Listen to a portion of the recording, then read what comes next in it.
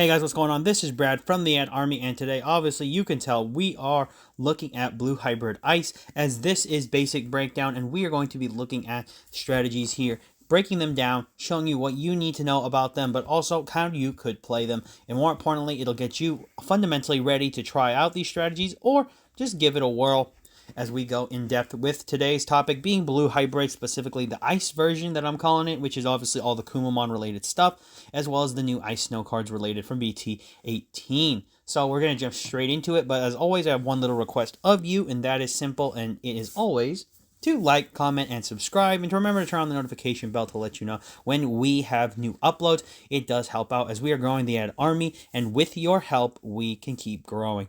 So obviously today's basic breakdown, which is the first one in this entry series, is going to be about Blue Hybrid Ice. So we're going to be diving into Blue Hybrid Ice right now, as effectively this is an interesting version of Blue Hybrid because Blue Hybrid is, well, funny enough, until of recently, Blue Hybrid is the only actual color with hybrid typings that has been able to be diversified slightly, and the reason why is obviously, if you could tell by the Lanamon cards, and up until this point, even with the Kumamon cards, Blue Hybrid was somewhat hegemonistic with what it could play. You basically would just play all the best Blue Hybrid stuff, which you still can too to this day, but I do think with the direction that Bandai wants to take this deck, it is going to be split up. So today we're going to be focusing on the Ice version, which is very specific to focusing on the blue mechanic of trashing, as well as stunning cards. So this is the main focus of the strategy, and it revolves around Kumamon, the Ice Spirit, and primarily he will be the only hybrid we will be using in the Ice variant. You can use other hybrids, but for the sake of the video, we're going to be focusing specifically on Kumamon because he is the main focus of the strategy and how your deck propels forward. So diving into it, we are going to start with eggs really quick, and I do want to talk about eggs because this is actually a small tidbit, but it's really up to you. So really, when it comes down to the eggs, you really only have two choices as of now that I think really pair well in Blue Hybrid Ice, which is the standard Wanyamon, which is good for just tamer decks in general, where you, on deletion, you get to draw a card if you have a blue tamer. And then the other one is going to be Bukamon just for the jamming. It is a 1-of, so you probably play a 4-1 split. But the main reason I want to talk about this is that giving your deck jamming from the basis of having it, and we are playing a trashing strategy, is almost a no-brainer. So, you know, those two eggs are pretty much your primary eggs right now, but you can play lots of different eggs if you so choose. But I do think these are the two best ones you can play just to get the strategy rolling.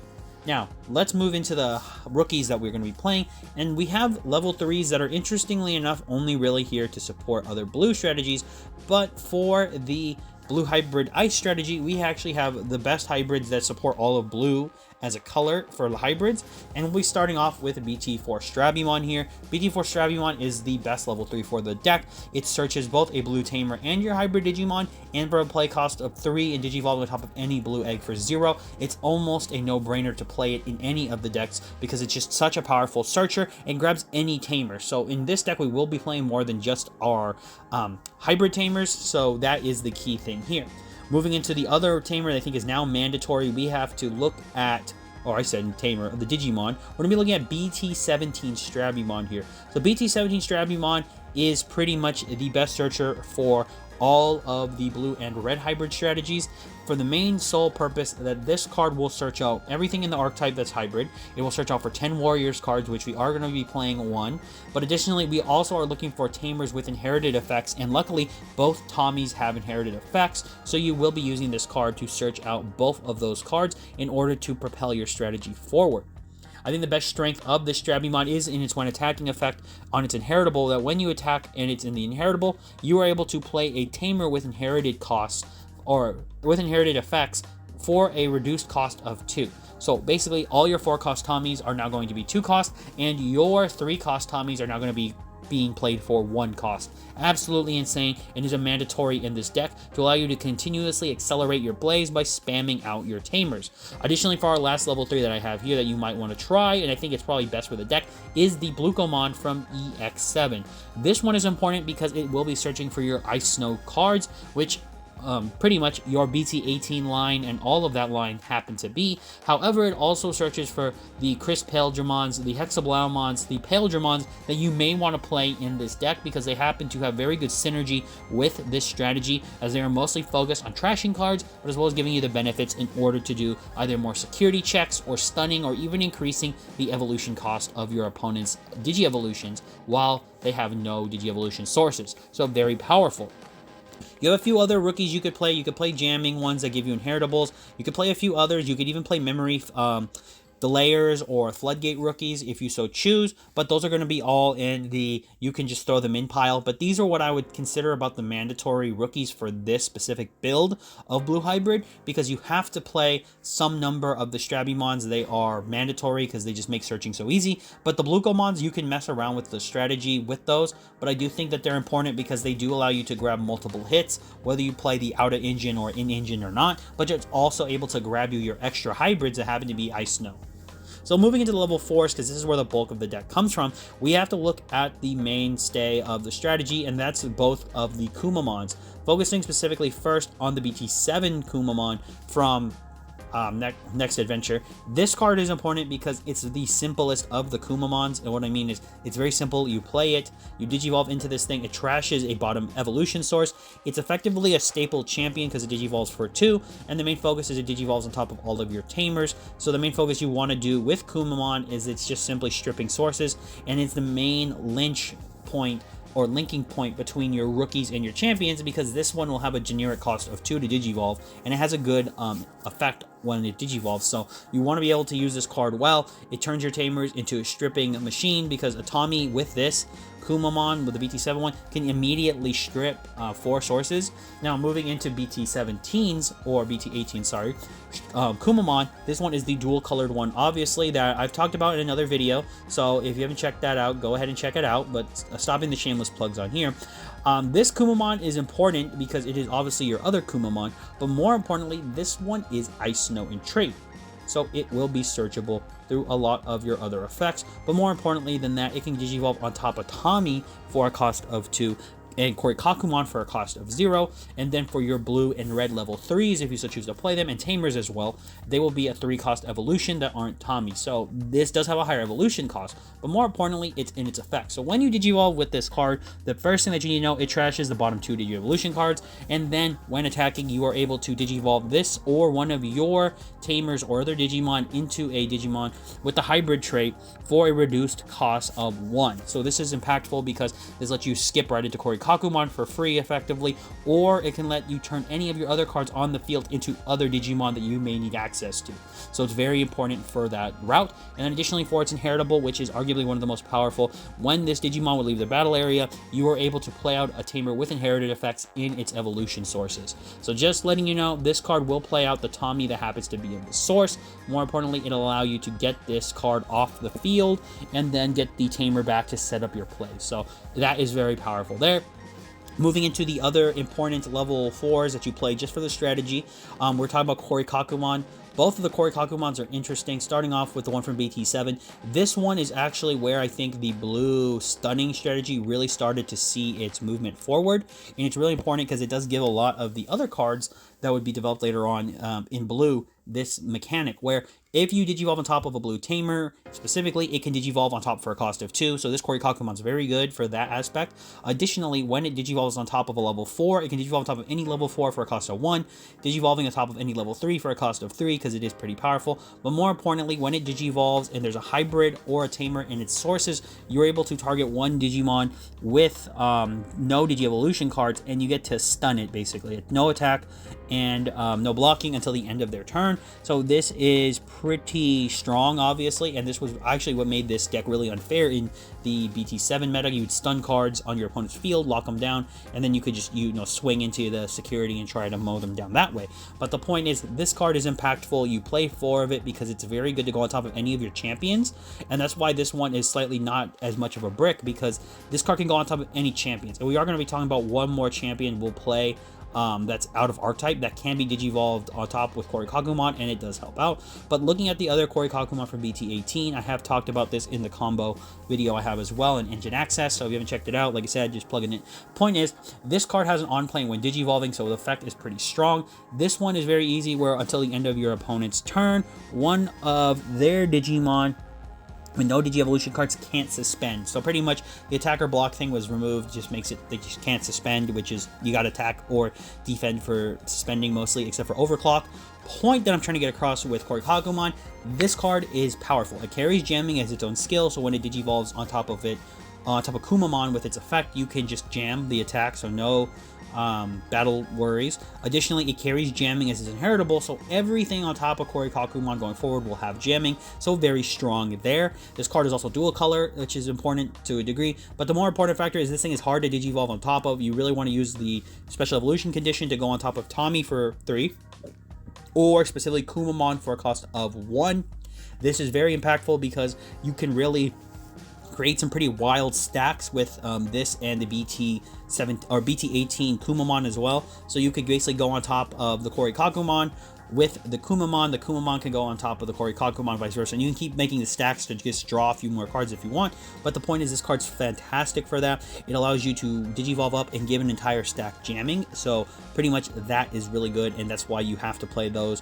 You play them in some number. I think between the BT7 and BT 18 Korikagumon, you really get to pick on which one you want, because I do think that the jamming is very important, but additionally I think being able to just stun but also have more generic applications with the BT7 Korikagumon, it makes you think. So I think ratio wise you would just need to try it out.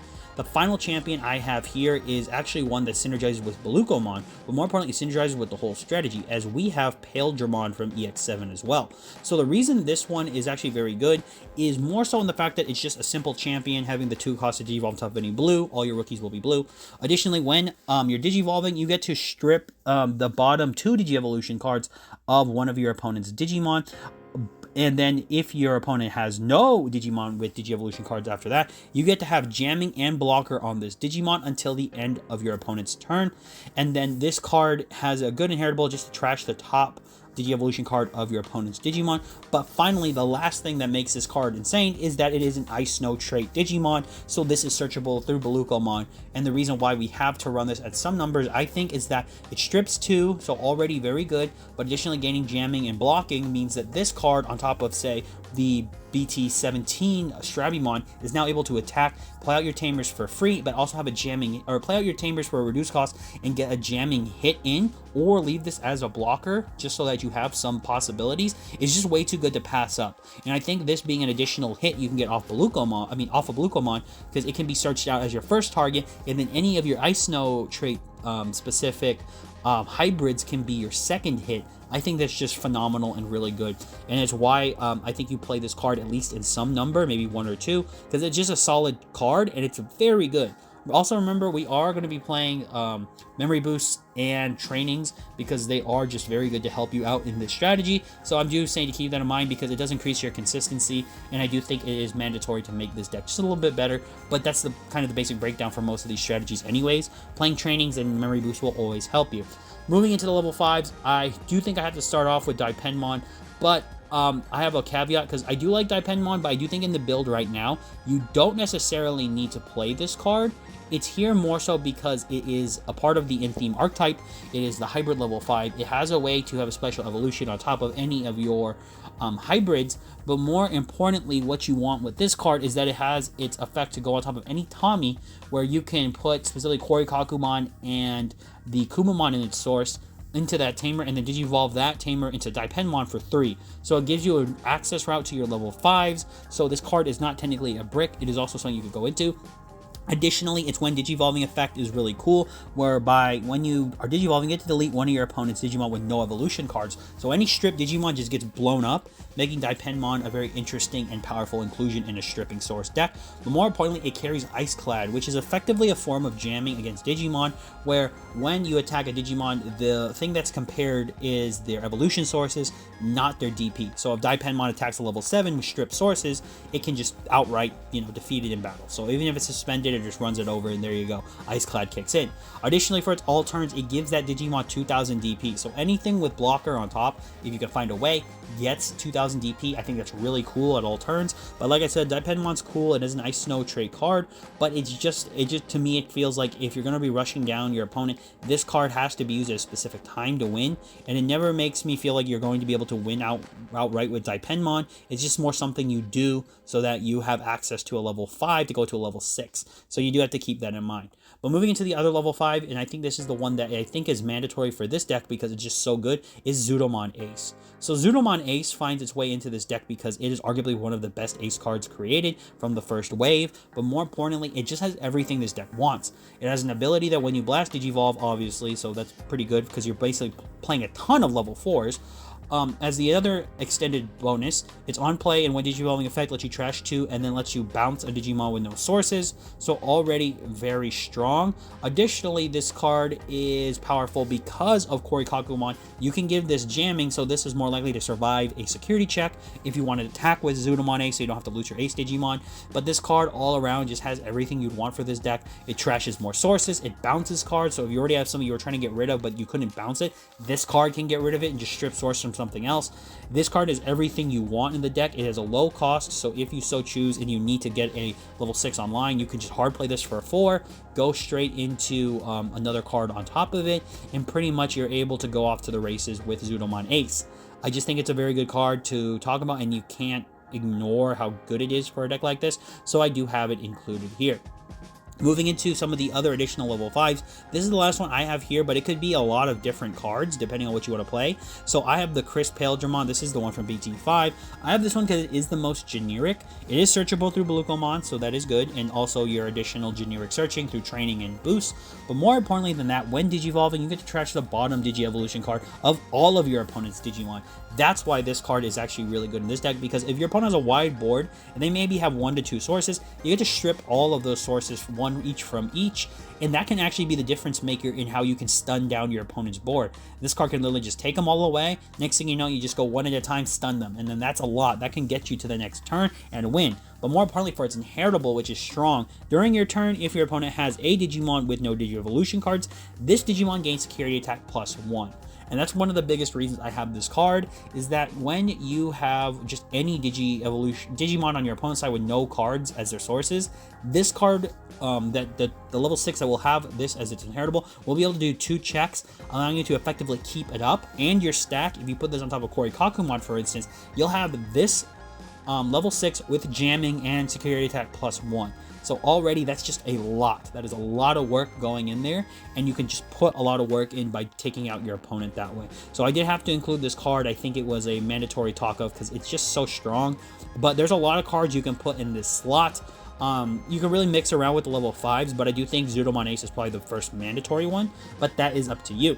Moving to the level 6s, I have arguably the boss of the Digimon deck so far, and it is searchable thankfully through Balukomon and BT17 Strabimon, as well as your generic searching, as Ancient Megatheramon finally makes its proper debut in this strategy. And what I mean is, this one is a bit more useful than its counterpart from BT7 for many reasons. The first thing is that it can Digi-Cross, so you can play this card for 7 with a full reduction with Kumamon and Korikakumon, but more importantly than that, you have an on-point when Digivolving to trash the bottom 2 sources of all of your opponent's Digimon, then you get to stun them until the end of your opponent's next turn. So already that's just a lot. The board clear for sources, and then basically you're going to stun them down. And then its all turns effect, when it leaves the battle area, you can play out a Mammal, Ice Snow, or a hybrid trait level 4 or lower from its evolution sources back to the field, so it replaces itself. This card is also dual colored, so that could matter, but doesn't really matter in this strategy. Point is, this card is an in-theme way to strip sources, stun your opponent's board, get on this level 6 in line, but more importantly, you can give it jamming almost immediately by putting the BT18 Korikakumon in its source for its Digi-Cross. It's just a lot, and it's a lot in a good way. Ancient Megatheramon makes its way here because it's just in theme, searchable, and with any of the trainings, the crazy thing is this card can be combined with a training or a boost for 1 cost. If you have 3 memory, you can just reduce it to 1 and digivolve this for 1 cost. That's kind of the thing that really got me to look at this strategy and say, that's pretty cool. Having a 1 cost mega is not something you see every day, so I do like this card for that purpose, and it is the Bane boss monster you want to try out. Now, looking at some of the others, I didn't want to include the other Ancient Mega Theoremon because it's okay, but I just think it's too slow. Being a 5 cost to digivolve is just so much to pay for. It's ridiculous for what you get as the payoff. But I do have another in theme way to work with what we've already been starting with, as we have Zudomon going into Vikemon Ace, as Vikemon Ace really does find a good home in this deck. Funny enough, it is kind of in theme, being like a beast in a sea warrior type of thing in the form of a Viking, right?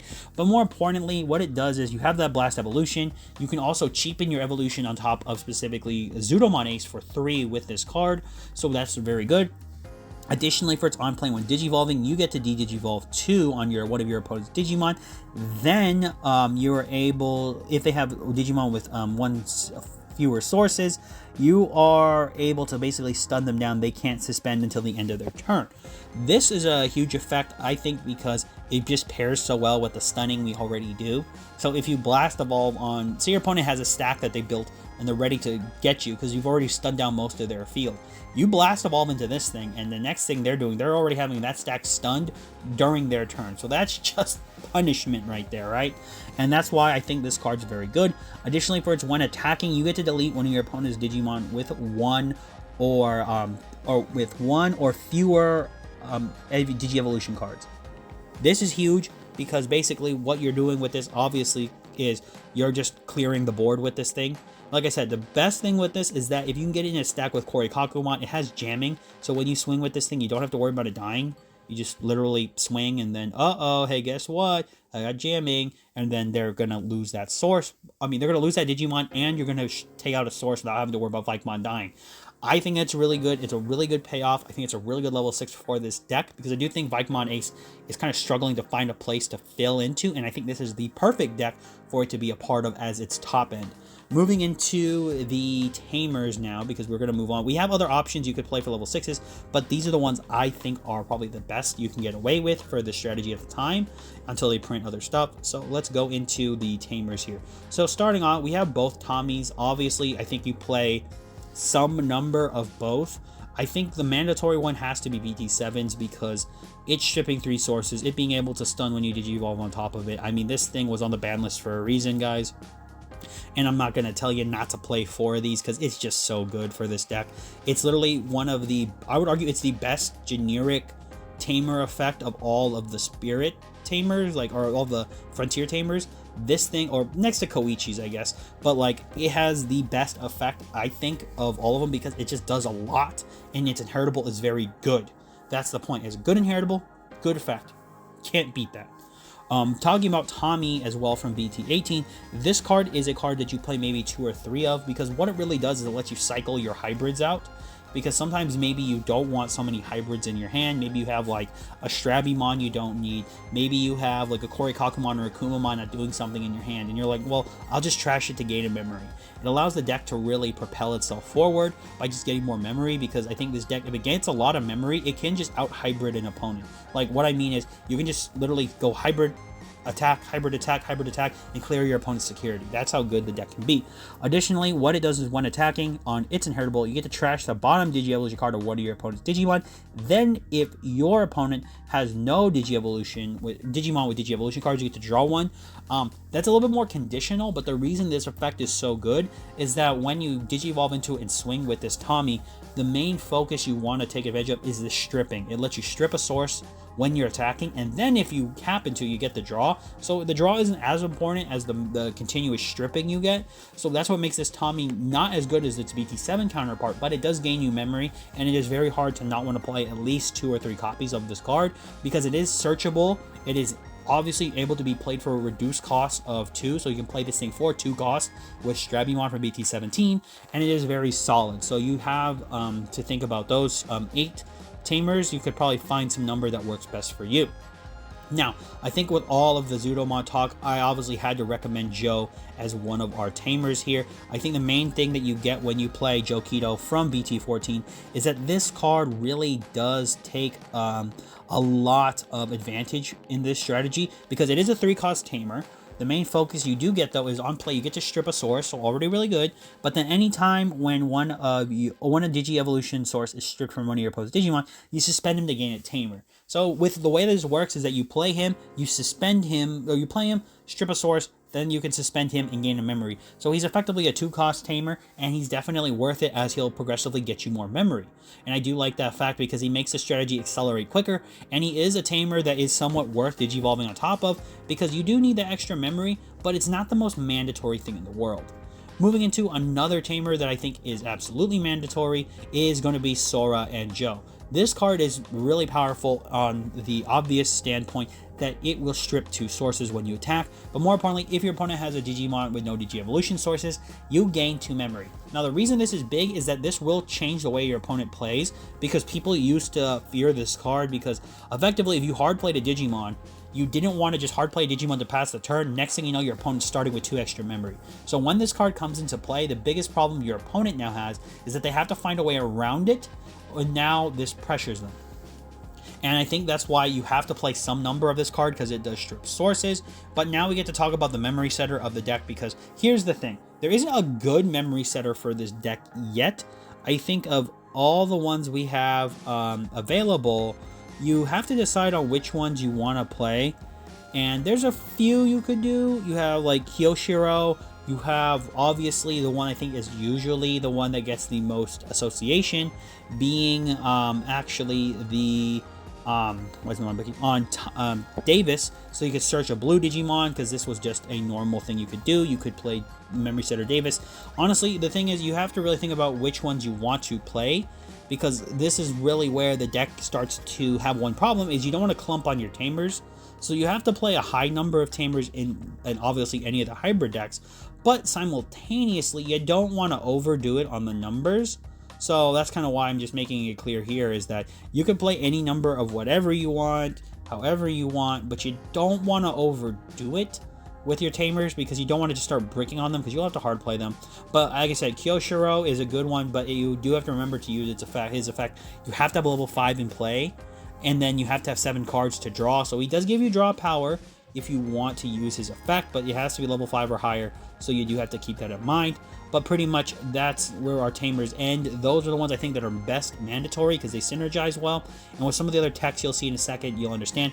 Option cards, trainings, memory boosts, I think obviously that's mandatory. They help the deck out a lot, and you can accelerate your speed, so you don't have to worry about some of your blue searching Digimon having to search for all your cards. You can just search for them yourself and gain memory back.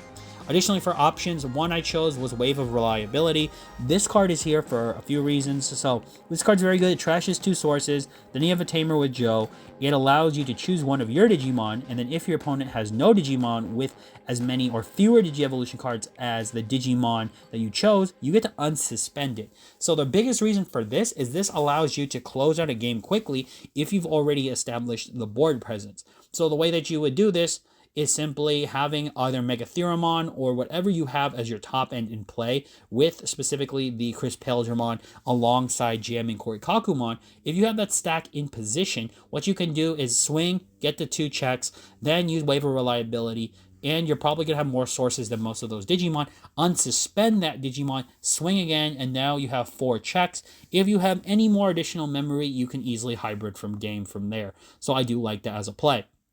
Additionally, the other option I have here is another memory boost, but it's probably the best one if you're a beginning player, because this thing's really good. This is Howling Memory Boost. It's a card that's kind of fallen out of favor, but it's very good. So for 3 costs, you get to strip 2 sources from your opponent's Digimon. Then one of their Digimon with no Digi-Evolution cards cannot attack or block until the end of the next turn. And then you also get the delay effect later to get the memory back. This card is good just to hold out if you are losing or stunned down, like you can't do anything. You can use this card to stun their Digimon and then gain memory back for big plays. It's the main focus of why you play this deck, and is one of the main tools that this deck actually can abuse that a lot of decks can't, because it just synergizes so well with the strategy.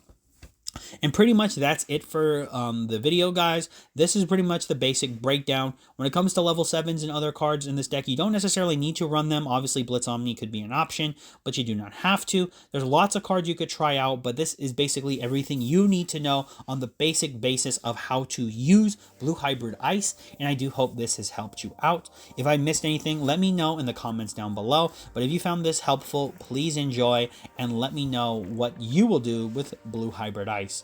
And as always, this has been Brad from the Ed Army signing off, and for all of you out there, to sign on.